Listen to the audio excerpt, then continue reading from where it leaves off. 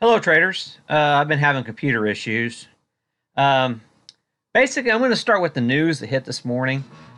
Italy officially announced they are endorsing the Euro Pacific Trading Highway. And the media is really not making much about it, but this is China's negotiating with the U.S. over the whole tariff situation, and this was going to happen anyway. But basically, behind the scenes, they're saying to Trump that if you want to put tariffs on us and stuff, we're going to start taking market control away from the U.S. government. And this is happening behind the scenes, and it's not really being said by the media, but that's exactly what's going on. And part of the highway, which is being endorsed by Italy now, they are going to assert control over the Persian Gulf now, part of this highway deal. So basically, for decades, the U.S. has been the governing force over the Persian Gulf, and now we have a European country that's endorsing the takeover of that route for to the Chinese.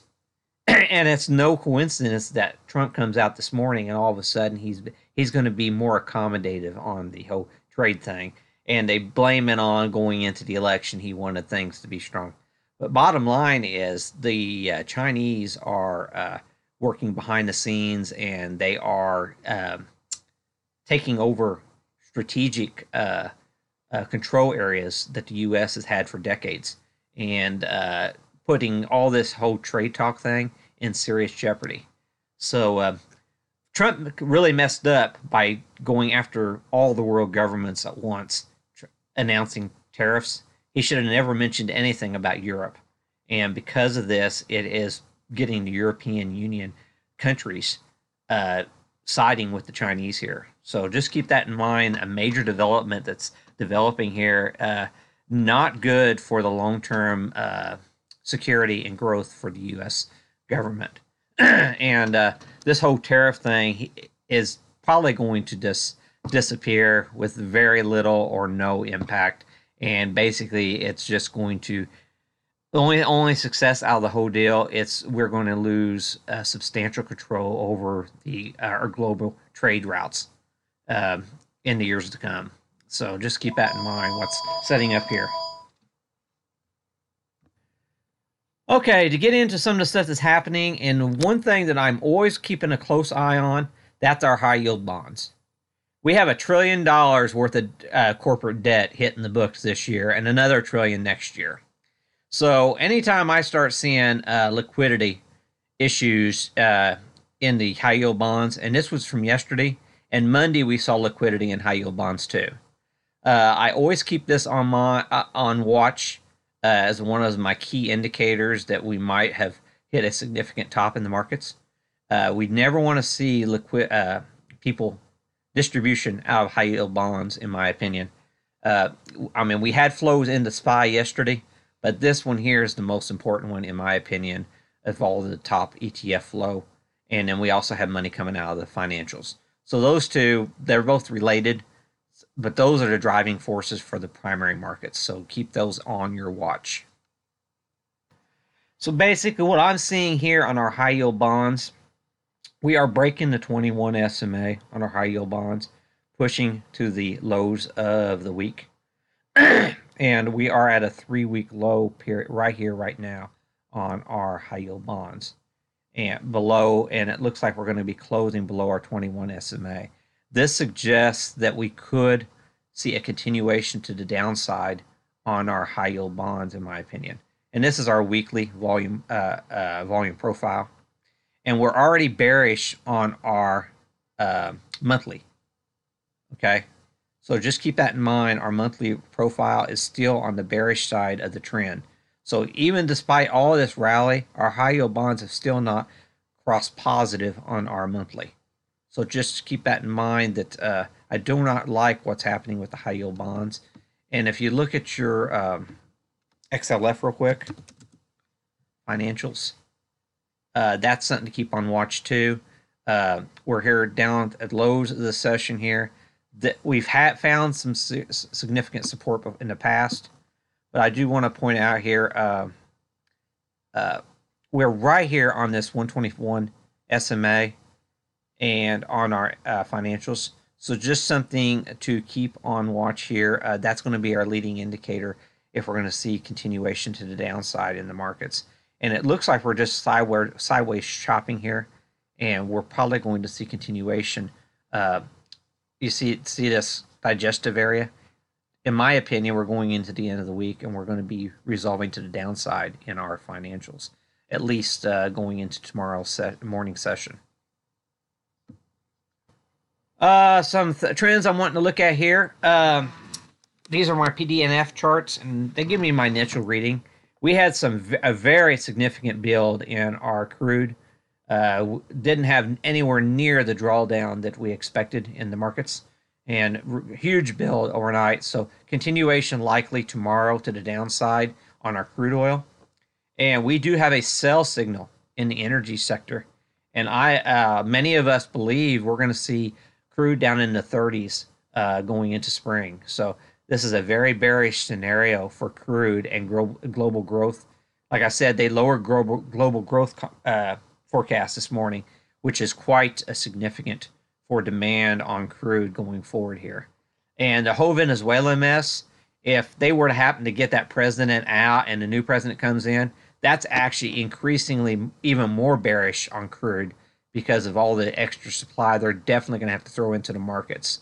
So just keep that in mind. I think the downside risk is far greater than the upside for crude oil.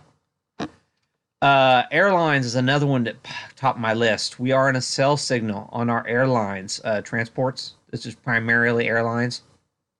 We're still in an overbought situation. Anything over 70 is overbought. So I still see some one of our transports seeing an overbought and potential more downside risk. And then one of our major driving forces, that's our NASDAQ 100. We're in our overbought situation with a sell signal on our major NASDAQ components going into, and we have a sell signal in the markets today. But it's important to note that our driving force in the markets has a sell signal here. And then we want to go to healthcare. Sell signal in our healthcare. Okay, and this is typically a defensive area to be in, but we were in a overbought situation going into, and we're getting a sell-off in the overbought situation. So despite it being a more defensive area to put your money, it was also overbought. So when the markets sell off, it may sell off at a lower rate, okay? But being in an overbought situation, a correction in the market, anything overbought is going to get sold off. Okay, that's something very important distinction to understand in the markets. Just because they should be defensive isn't somewhere you definitely want to store your money. And the industrials, here's the technology sector, and we don't have the official signal yet, but you see where the price is. We're setting up for some sell signals any day now in our technology and typically our semiconductor areas. So we are setting up for some sell signals here in our additional technology areas. Okay. And in my final PDNF chart, I wanted to point out that was showing some relative weakness, and that is our utilities, which typically would be a defensive area to be in. But look at this. We were coming off 92 on the percentile. So whenever the markets do get some responsive selling, despite the fact that this is the defensive area, it was way too overbought to be sustained on any type of market weakness. Okay, so just because you think you're going into a safety area to put your money, being overbought trumps that. It's going to sell off with the markets. Okay, so that's some critical things I wanted you guys to understand in these markets right here. Now, on the Forex side, give me 1 second here. Okay, today, see this massive build in our crude inventories? We were expecting a slight build, okay? We ended up a huge build. that means that the people's demand for crude this past week far less than what they expected. So keep that in mind. It could have been weather related causing this, but a build of that magnitude, we're going to see more continued downside pressure this week, most certainly. Okay, and so just keep that in mind that it's a very dangerous situation going forward here. And then tomorrow, we have ECB is coming out with some very critical information, uh, economic data. Okay, uh, and there's some leading indicators out of Japan too, which are likely to be negative. So keep that in mind. You're probably going to see some sell-off in Japan. Uh, China actually had a short squeeze right into resistance, in my opinion, in the overnight session. So we're probably going to see some selling pressure in China in overnight. And so with the ECB data, which is the weakest part of the world economy, that coming out tomorrow, I see the markets closing near the lows of the session, in my opinion, knowing this data is coming out in the morning. Okay, and then see here, we do have. If I can get this come out here, some trade balance information out of China, and we did have a a massive trade draw where China was buying less U.S. goods. So that's actually dragging down the markets.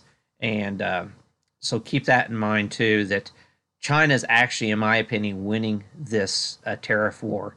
They're, instead of trying to negotiate with the U.S. and go ahead and pay the rates, they're just going to circumvent that. And like I said, they're seeking out new supply chains, and which will be to a greater detriment to the to U.S.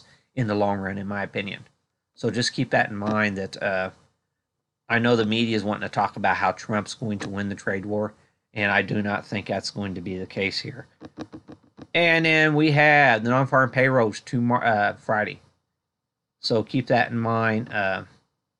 March 8th, yeah. Friday, our non-farm payrolls are coming out with housing stats.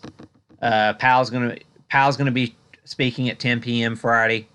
A lot of news coming out on Friday, and so I do think we're not going to fall completely out of bed going into the non-farm payrolls, but this is going to be a significant event going into Friday.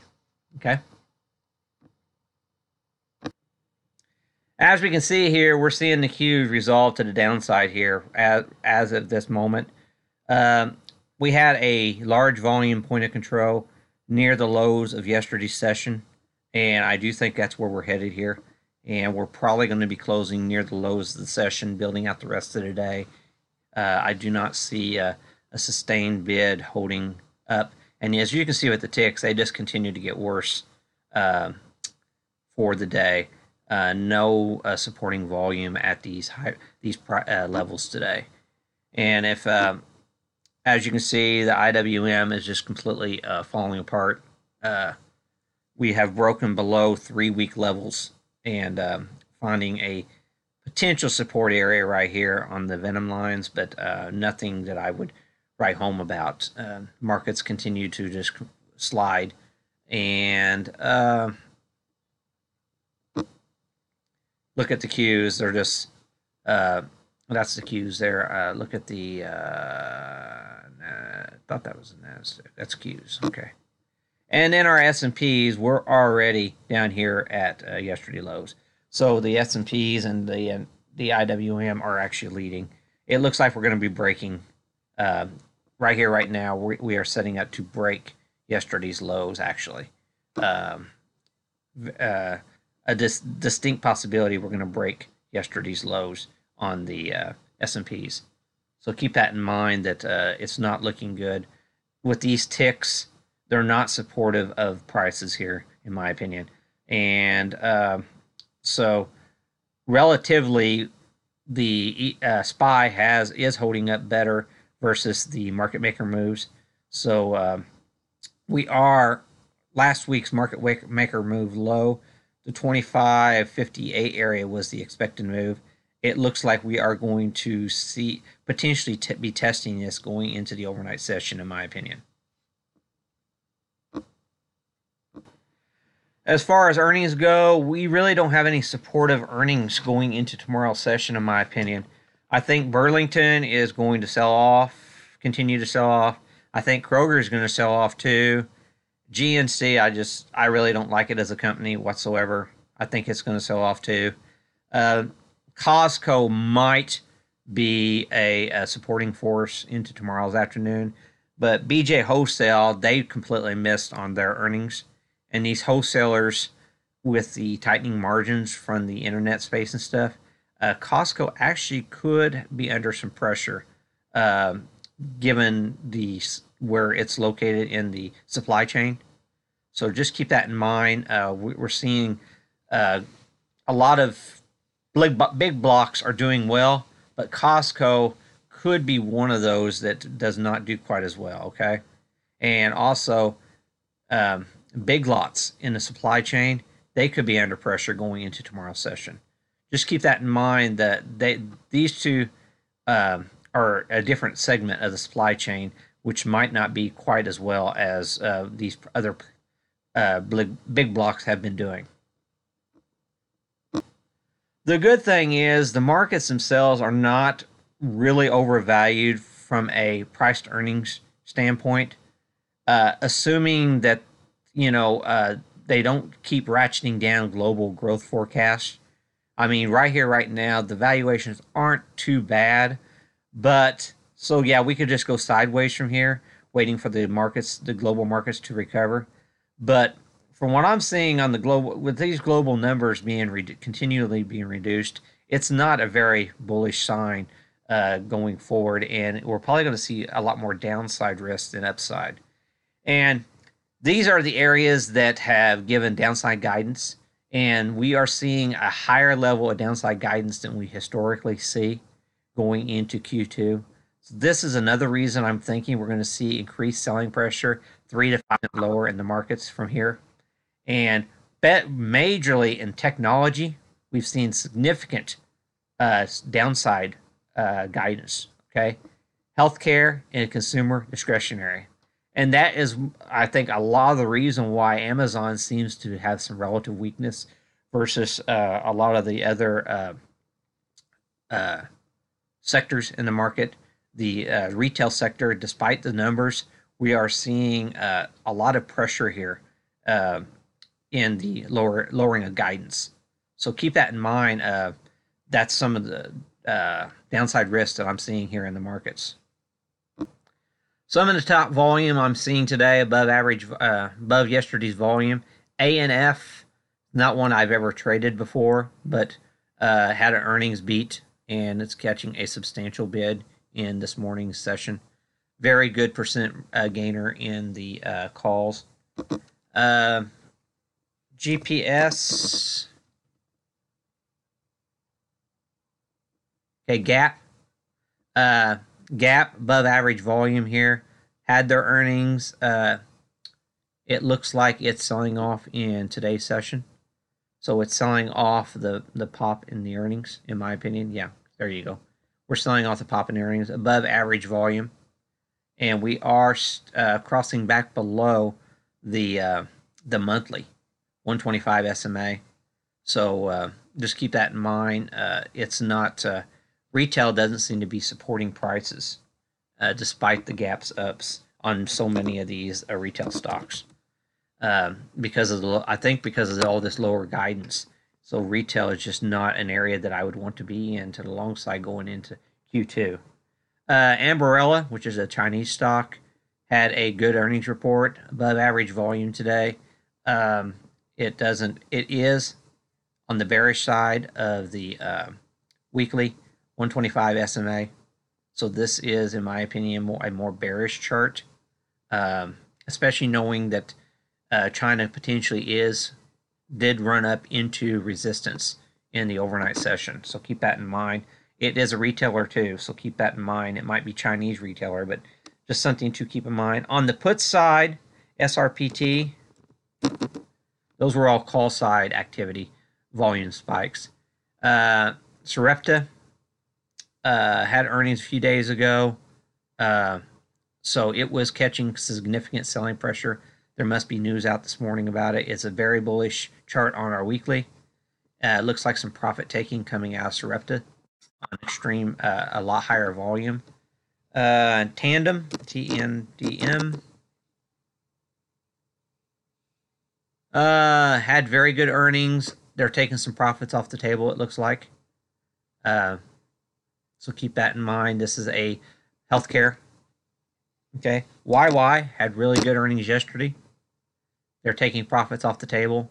You would have thought after the major run up in the Shanghai Composite, the overnight session, that they would be running up these Chinese names, but instead, so we come right into the opening session and they're selling off the Chinese names.